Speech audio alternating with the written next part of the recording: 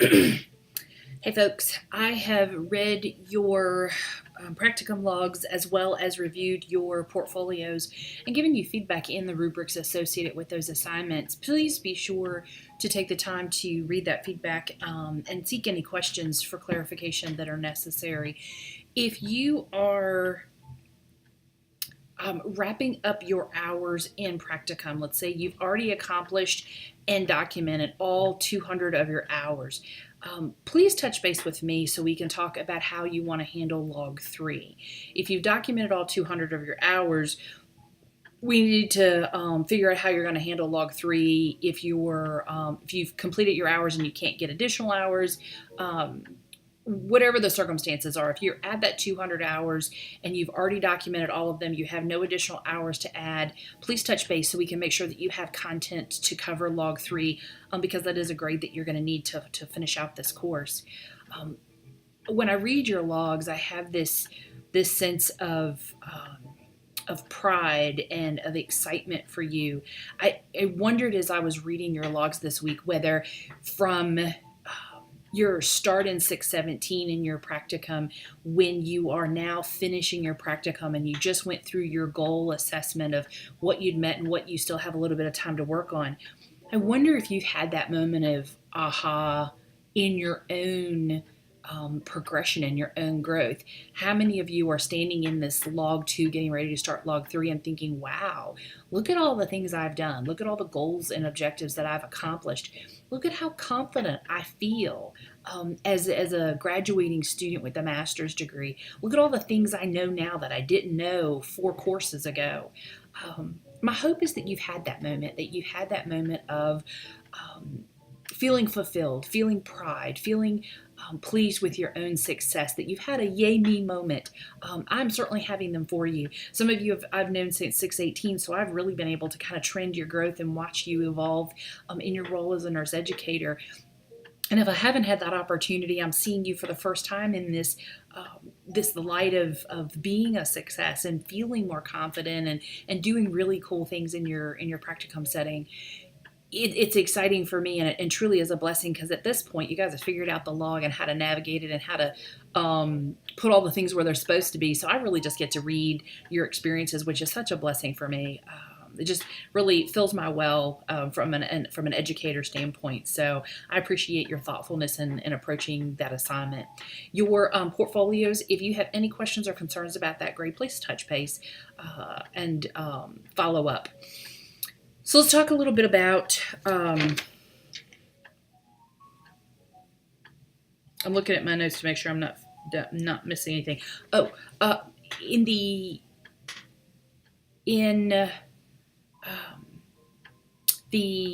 when I send this message to you, it's going to be in a video.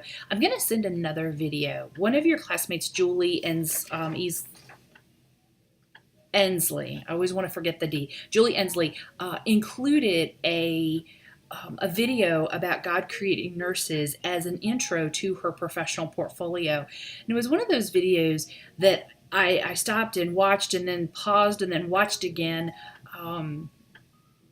It was very validating to know that God had a plan for nurses and how we really do fulfill his promise and his goal in caring for his people. So Julie's inclusion in that in her portfolio I thought was brilliant, but I also was really blessed by it. So I'm going to add that as a link to you for you to watch that as well. That's not a requirement, but I hope it blesses you, and I'm grateful for Julie Ensley for doing that for us.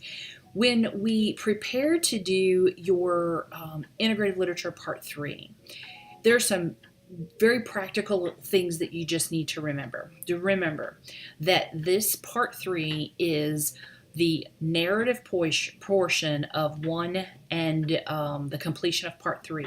You do not have to attach your matrix unless I have specifically asked to see your matrix again. Otherwise, I don't need to see your matrix. Remember that part earlier on in the instructions in your guide for your integrative literature review, you were asked to skip over the abstract component of this paper. Well, now you need to go back and add that abstract onto page 2. The reason we don't have you do your abstract in the beginning, even though it does come at the beginning of the paper, is a well-developed abstract tells you the research question, explains your methodology for looking at that research question, and then provides the results of your research query. What did you find? So at the point in which you wrote part one, you didn't know what you were going to find. All you had was your research question and your methods. So it's better to wait until your final paper is done, and then your abstract is the last thing you do. It's certainly been my process of writing a paper, figuring out my beginning, middle, and end, and then summarizing the beginning, middle, and end in your abstract. So when you read your abstract, if I don't know if I want to read all of your article, your abstract should tell me all the key points. It should tell me what your PICO question is. Well, first it should tell me your background and your problem briefly. Then it should tell me what your PICO research question was. Then it should briefly tell me what your method of investigating that question was. And then what did you find? And then a final step could be, the relevance or next steps. And these are very short sentences. You should not have more than maybe 200 words in an abstract. Otherwise, it just becomes another page of your paper. The idea is to let your reader do exactly what you did when you were doing your integrative literature review, which is get a snapshot. What's in this paper, and do I really want to read the whole thing?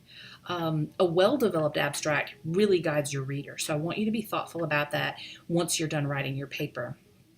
So your final paper is going to have your title page, your abstract on your second page. It's going to use level headings 1, 2, and 3.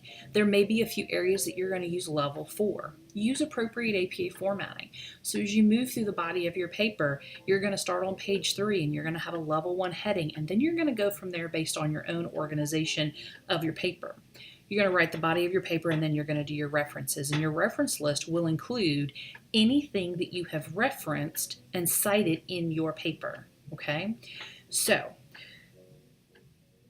many of you are thinking about, okay, what do I do with part 3? Part 3 is an analysis of what you found in your matrix and then the answer to your PICO question. So the analysis is going to come after the first part of your paper that said, this is my PICO, this is my background, this is my PICO, this is my method. The next part of it is, what's the analysis? And the analysis is more than a summary of 15 relevant articles. The analysis includes grouping together similar themes and different themes that you find in your research. I'm a paper and pencil girl, so I'm going to look at 15 articles and I'm going to organize my 15 articles in things that are similar and things that are different, things that were commonly agreed upon by groups of authors and things that were different. I like concept maps or web design, so I'll number my articles 1 through 15 and I'll try to group them in a handful of really big concepts, maybe 4 or 5 big themes that these articles all addressed in different ways. So it may be that articles 1, 5, and 6 addressed this topic 1, and I would talk about that topic and explore what those 3 authors said about that topic, and then I would move to a new topic that maybe 3 or 4 other articles addressed more clearly. And then I would get to a section that said, this one article said this really unique thing that nobody else picked up on. You deal with the outliers, and there's always, maybe a handful of those. But the idea is to group things similarly so that you have, you bolster the value of what you're saying and that you do not make someone read 15 different sections about 15 different articles that in many ways say very common things. At least if you've used your keywords well and effectively, that's the hope, is that you're finding very common things and there's overlap in the findings. So if you've got 15 articles, all 15 of them are the ones that were included, all 15 of them should be cited in this analysis. In that analysis, at some point, either in the beginning, right before you started there or the end of it, you want to do a brief blurb about the excluded articles. And most of, probably the best way to do it is be able to say, these articles were excluded for this reason. And normally you're going to exclude, 5 or 6 of the ones you found and just briefly say, these 2 articles were excluded because their samples were too small. These 2 articles were excluded because it did not directly address the PICO question in this way. Be very clear. You don't want to be dismissive of the reason you've excluded these articles, but you do want to mention them. So if you've written the body of your analysis and you've talked about the 15 included articles, you've done a brief blurb about the excluded articles and briefly why they were excluded. The articles that have appeared on your matrix are also going to appear in your paper in that analysis, which is why you were asked to do that APA reference in that first column. You're going to move that over and put it in your paper and make sure that you've not lost any of your italic font, that you've got all your spacing correct. All of that's going to be put into the body of your paper. So that's the reason I don't need your matrix, because if you're doing a strong analysis, it's all there. The levels of evidence, the study designs, the theoretical framework, all of that is to help you assess the strength of the article. That I would not be as detailed in the body of your paper about. I would focus more on those authors' findings, and maybe a little bit of methodology, but mostly you want to say, I've only included articles that are never good, so I don't need to explain that I've maintained a good selection of rigorous articles. What you want to focus on is what did those 15 articles say and how is it relevant to your PICO question.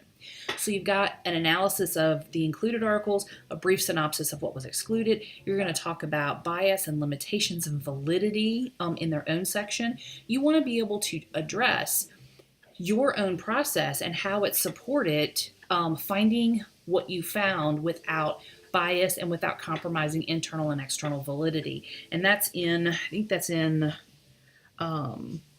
question 25. So you want to deal with the limitations of what you found. And again, you're talking about a couple of paragraphs that are simply saying, this was my process. These are some downs. This is some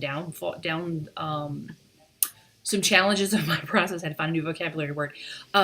Be thoughtful about explaining the real limitations of this is what I think I found, but you need to know that these may have been an issue in my process, or this bias may have occurred within studies. So you just have to deal with bias and validity and be very clear that you have addressed them. They do well under their own heading.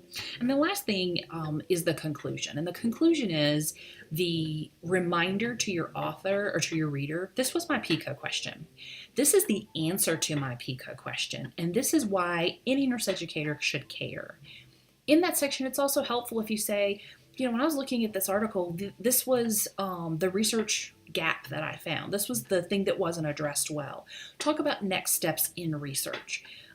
And that mostly is an opinion or your own thoughts about that, but be sure that you could clearly provided your PICO, that you've answered your PICO, and that you've talked about the so what factor. If someone's reading your article or they start out with your abstract, they're going to read it and they're going to go, why do I care about this? How is this relevant to me as a nurse educator? Be very clear in your conclusion about why this is relevant. And then you will do a formal conclusion of your paper, wrapping up your key thoughts. I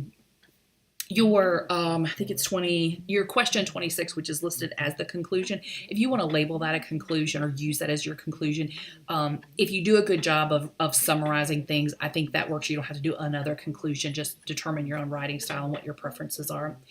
And then, so you're going to wrap up about your so what, and then you're going to put your references.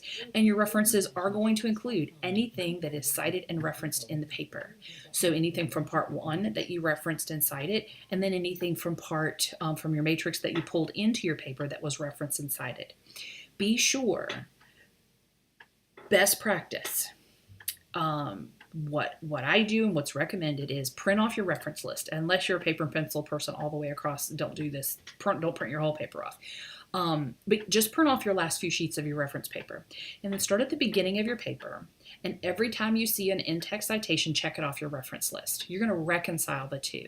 Because this has been a multi-step paper and you've probably looked at it and tweaked it, it is possible that you have included and excluded references and citations accidentally. And folks, that is so very common. So do not make that mistake. Because I want to remind you that plagiarism is not just using somebody's work and not citing it. It's also citing something you didn't actually use, kind of padding your reference list. It is so important that you get the rigor of this step. So be thoughtful about reconciling that reference list with whatever's in your paper. And if it is missing in your paper or on your reference list, you need to figure out why and correct them. And all of this should be done in alphabetical order using APA formatting. I'm tired just thinking about it, so bless you that are walking the road in this moment trying to wrap up all these key ideas. The good thing is, folks, your portfolio is put to bed.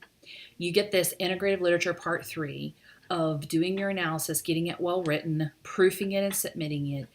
The hard stuff is over. The last thing you have to do is your poster, and your poster is entirely based on your paper, so you're not going to have to reinvent the wheel. All you get to do is have fun with your last assignment. And I think digital posters are super, super fun because it lets me not have to write a paper. It also lets me express my creative side, and I color coordinate things and I make them pretty. And I'm very outcome driven, so I like being able to look at the digital poster and go, that's pretty and it's relevant.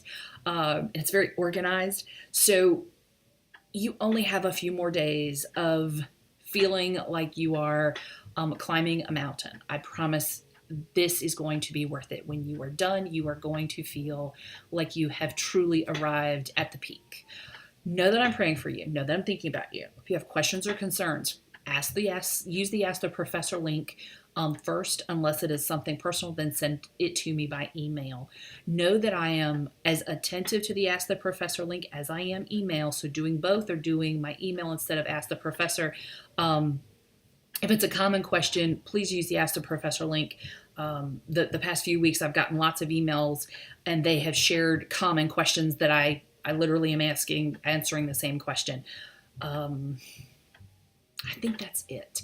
I'm running out of things to say. So I'm here. Let me know how you are. If you have questions, be in touch. Otherwise, I will look forward to reading your Ask the Professor questions or your discussion boards over the week, and then providing feedback on your final part of your integrative literature review.